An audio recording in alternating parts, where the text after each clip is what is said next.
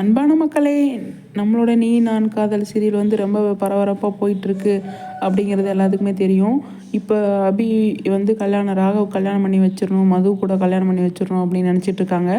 ஆனால் மதுவை வந்து முரளியும் சுந்தரி லாவணி அவங்கெல்லாம் சேர்ந்து ரூமுக்குள்ளே போட்டு அடைச்சிட்டாங்க இல்லையா.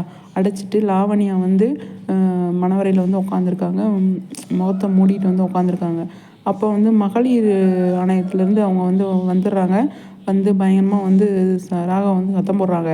நீங்கள் வந்து இந்த மாதிரி இன்னொரு முதல் பொண்டாட்டி இருக்கும்போது ரெண்டாவது கல்யாணம் பண்ண தப்பு இல்லையா அப்படின்னு சொல்லி வந்து சொல்கிறாங்க. அப்போ வந்து இல்லை, அப்போ அபி சொல்லுவாங்க, என்னோடய விருப்பத்தில் தான் மேடம் இவங்க கல்யாணம் பண்ணுறாங்க. நீங்கள் வந்து புதுசாக பிரச்சனை பண்ணாதீங்க, ஆல்ரெடி நான் ப்ரெஸ் மீடியாவை கூப்பிட்டு எல்லாத்தையும் சொல்லிட்டேன் அப்படின்னு சொல்லி அபி சொல்லுவாங்க. என்னங்க பேச்சு பேசுகிறீங்க? நீங்கள் ப்ரெஸ் மீடியாவை சொன்னால் இப்போ வந்து கல்யாணம் நடக்கக்கூடாதுன்னா நடக்கக்கூடாது, கல்யாணத்தை நிறுத்துங்க அப்படின்னு சொல்லி வந்து அவங்க 4 மகளிர் ஆணையத்துலேருந்து வந்தவங்க சொல்லுவாங்க. அப்போ வந்து அந்த பொண்ணே சொல்லுவாங்க, இந்த மாதிரி நான் கல்யாணம் பண்ணுறதுக்கு ரெடி தாங்க அப்படின்னு சொல்லி சொல்லாமல் அவங்க வந்து அந்த பேச்சு அதோட போயிட்டு இருக்கிற டைமில் இந்த பக்கம் வந்து பார்த்தீங்க அப்படின்னா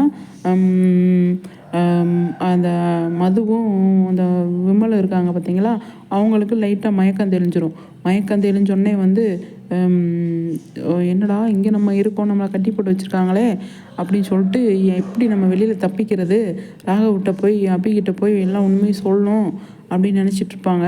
அப்போ வந்து அபி என்ன பண்ணுவாங்க அப்படின்னா, ராகவுக்கும் லாவணியாவுக்கும் கல்யாணம் நடந்துகிட்ருக்கிற டைமில் அவங்க மதுவுக்கும் ராகவுக்கும் கல்யாணம் நடக்குது அப்படின்னு சொல்லி மனசு கஷ்டப்பட்டு அவங்க வந்து வெளியில் வந்துடுவாங்க.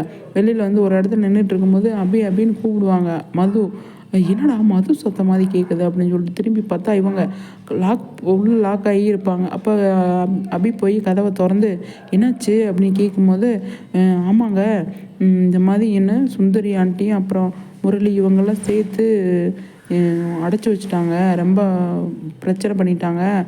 நானும் இவரும் தான், இவர் யாருன்னு கேட்பாங்க.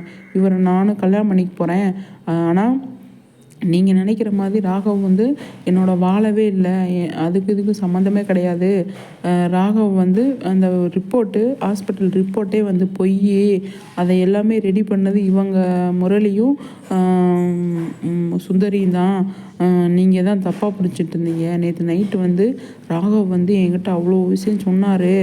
அப்போயே நான் முடிவு பண்ணிட்டேன், ஒரு வாரத்துக்கு முன்னாடியே வந்து நான் முடிவு பண்ணிட்டேன், உங்களோட தான் ராகவ் சேர்த்து வைக்கணும் அப்படின்னு. உங்களுக்கும் ராகவுக்கும் தான் பொருத்தம், நீங்கள் 2 பேரும் தான் இப்போ சந்தோஷமாக வாழணும், நான் வந்து இல்லை அப்படின்னு சொல்லி மது சொல்லுவாங்க. என்ன மது சொல்கிறீங்க அப்படின்னு சொல்லும்போது, ஆமாங்க நான் கர்ப்பமாகவே இல்லை, இது வந்து போலி ரிப்போர்ட்டு, எனக்கு முன்னாடியே தெரியும். நான் வந்து எந்த அளவுக்கு பிரச்சனை போகுதுன்னு பார்க்கறதுக்காக வேண்டி தான் நான் வந்து அமைதியாக இருந்தேன் அப்படின்னு சொல்லி சொல்லுவாங்க. அப்படியா அப்படின்னு சொல்லிட்டு உடனே இப்போ போய் அப்போ மணவரையில் உட்காந்துருக்கிறது யார் அப்படின்னு சொல்லி அபி கேட்பாங்க. மணவரையிலையா யார் உட்காந்துருக்கா அப்படின்னு சொல்லிட்டு வந்து மது கேட்பாங்க. ஒரு பொண்ணு உட்காந்துருக்கு அப்படின்னா அப்போ லாவணியாவாக தான் இருக்கும். விஜய், அதாவது அது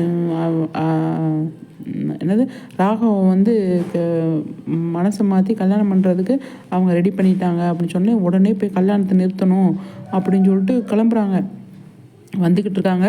இந்த பக்கம் பார்த்தீங்க அப்படின்னா அதாவது அபியோட அத்தை இருக்காங்களே, அவங்க வந்து கல்யாணத்தை நிறுத்தணும் அப்படிங்கிற மைண்ட் செட்டில் அவங்க வந்து பேசிகிட்டு இருக்காங்க. யார் பேச்சையுமே கேட்காம அவங்க வந்து இருக்காங்க. இப்போ ராகவும் வந்து லாவணியோட சொல்லுவார், நான் வந்து அவ்வளோ தூரம் வந்து மதுன்னு நினச்சிட்டு சொல்லுவார், நான் வந்து உன்னை வந்து நைட்டு பேசி பார்த்து இந்த கல்யாணத்தை நிறுத்து, நான் அபியை தான் விரும்புகிறேன், அவள் தான் என்னோடய லைஃப்பில் அப்படின்னு சொல்லி சொன்னனே மது, நீ வந்து கேட்காம இப்போ வந்து உட்காந்துருக்கியா அப்படின்னு சொல்லி சொல்லுவார். அப்போ வந்து லாவணியா இப்போ என்னடா இவ்வளோ தூரம் பேசியிருக்காங்க அப்படின்னு சொல்லிட்டு இருப்பாங்க. தாலி கட்டலாம் அப்படின்னு சொல்லிட்டு ஐயர் வந்து சொல்லும் போது ஓடி வர்றாங்க அபி ஓடி வந்து பயங்கரமாக வந்து நிறுத்துங்க அப்படிங்கிறாங்க. கல்யாணம் நின்றோம்.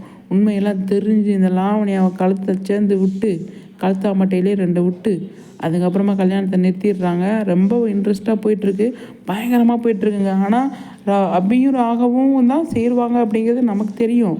இருந்தாலும் இந்த மது வந்ததால் வந்து கொஞ்சம் குழப்பமாக போயிட்டு இருந்தது. மது இதே மணவரையில் அதே மண்டபத்தில் அந்த கோயிலில் வந்து மதுவுக்கும் விமலுக்கும் கல்யாணம் பண்ணி வைக்கிறாரு நம்மளோட ராகவ் கண்டிப்பாக அபியும் சேர்ந்து கல்யாணம் பண்ணி வைக்கிறாங்க. அப்படி தான் நடக்கணும். அதுதான் கரெக்டு. இந்த அபி அதாவது இந்த லாவண்யா பண்ணது, சுந்தரி பண்ணது, இந்த முரளி பண்ணது எல்லாத்தையுமே வந்து கண்டுபிடிச்சி அவங்கள வந்து கம்ப்ளைண்ட் பண்ணணும் அப்படிங்கிறது ஒன்று இருக்குது. ஆனால் முரளி கண்டிப்பாக சிக்கவே மாட்டார். ஏன்னா அவங்க அஞ்சலி வந்து மாசமாக இருக்கிறதுனால அவரை வந்து கம்ப்ளைண்ட் பண்ணாலே அவங்க வந்து ஒத்துக்க மாட்டாங்க அவங்க அக்கா. அதனால் வந்து என்ன பண்ண முடியும்? ஒன்றுமே பண்ண முடியாது. இவரோட சிச்சுவேஷன் அந்த மாதிரி இருக்குது. அதாவது ராகவோட சிச்சுவேஷனு. ராகவ் வந்து அக்காவுக்காகன்னு சொல்லிட்டு நிறைய விஷயங்கள் வந்து அவர் வந்து தள்ளி போட்டிருக்காரு. அதனால் அக்கா வந்து கஷ்டப்படுவா அப்படின்னு சொல்லி அவர் யோசிக்கிறதுனால முரளியை வந்து இப்போதைக்கு ஒன்றும் பண்ண மாட்டாங்க. எனக்கு தெரிஞ்சு லாவணியாவை துரத்துவாங்க அப்படிங்கிறது தான். லாவணியை ப்ராட் பண்ணி இந்த மாதிரி கல்யாணம் பண்ணியிருக்கா அப்படிங்கிறது வந்து தெரிய வந்தது அப்படின்னா வந்து கண்டிப்பாக நீ இப்போவே கிளம்பு, நான் உன்னை வந்து எவ்வளோ மரியாதையோடு நடத்தினேன், எவ்வளோ மதித்தேன், நீ வந்து இப்படி பண்ணிட்ட அப்படின்னு சொல்லிட்டு பயங்கரமாக வந்து ராகவ் வந்து சொல்கிறாரு. சொல்லும்போது லாவணியாவுக்கு என்ன பேசுறதுனே தெரில. ஏன்னா அவங்க மாட்டிக்கிட்டாங்கல்ல. வீட்டில் இருக்கிற எல்லாருமே வந்து சேர்ந்து நீலாம் ஒரு பொண்ணா அப்படின்னு சொல்லிட்டு பயங்கரமாக வந்து திட்டி அனுப்பிடுறாங்க. அந்த இந்த இடத்துல இருந்து லாவணியா வந்து கொஞ்சம் தூக்கிடுவாங்க. ஏன் அப்படின்னா லாவணியாவை பயங்கரமாக வந்து ராகவ் வந்து திட்டி விட்டுருவார். நீ எல்லாம் இவ்வளோ நாள் என்கிட்ட இருந்தது நீ இந்த எண்ணத்தோடு தான் இருந்தியா அப்படின்னு சொல்லி பயங்கரமாக திட்டிடுவாங்க. அந்த பிரச்சனை ரொம்ப இதாக போயிட்டுருக்கும். அதில் வந்து நம்ம பாட்டி எல்லாருமே வந்து லாவணியா வந்து நல்ல பொண்ணு அப்படின்னு தான் நினச்சிட்ருப்பாங்க இவ்வளோ நாளாக. கடைசியில் அவங்க சொல்லுவாங்க பாட்டி, நான் இவ்வளோ நாளாக நீ நல்ல பொண்ணு அப்படின்னு நினச்சிட்டு இருந்தேன், நீ வந்து என்னோடய பேரனோட வாழ்க்கையில் நீ விளாண்டுருக்க, அவனுக்கு தான் கல்யாணம் ஆயிடுச்சுன்னு தெரிஞ்சும் நீ இந்த மாதிரிலாம் பண்ணியிருக்க, நீலாம் ஒரு பொண்ணா அப்படின்னு சொல்லி பயங்கரமாக வந்து திட்டுவாங்க. அப்போ வந்து அவங்க வந்து என்னடா பண்ணுறது அப்படின்னு யோசிச்சுட்டே இருப்பாங்க. அந்த இடத்துல வந்து லாவணியா வந்து அபியும் கேட்பாங்க, நீ இவ்வளோ நாளாக வந்து கூடயே இருந்தது இதுக்கு தானா? எனக்கு எப்போவோ தெரியும் நீ வந்து இந்த மாதிரி ஆளுதான்னு சொல்லிட்டு, ஆனால் இப்போ இந்த மாதிரி பண்ணுவ அப்படின்னு நான் எதிர்பார்க்கவே இல்லை அப்படின்னு சொல்லி அபியும் வந்து பயங்கரமாக வந்து திட்டுவாங்க. செம்மையாக போயிட்டுருக்குங்க. நீ நான் காதல். அடுத்து என்ன நடக்குதுன்னு சொல்லி பார்க்கலாம்.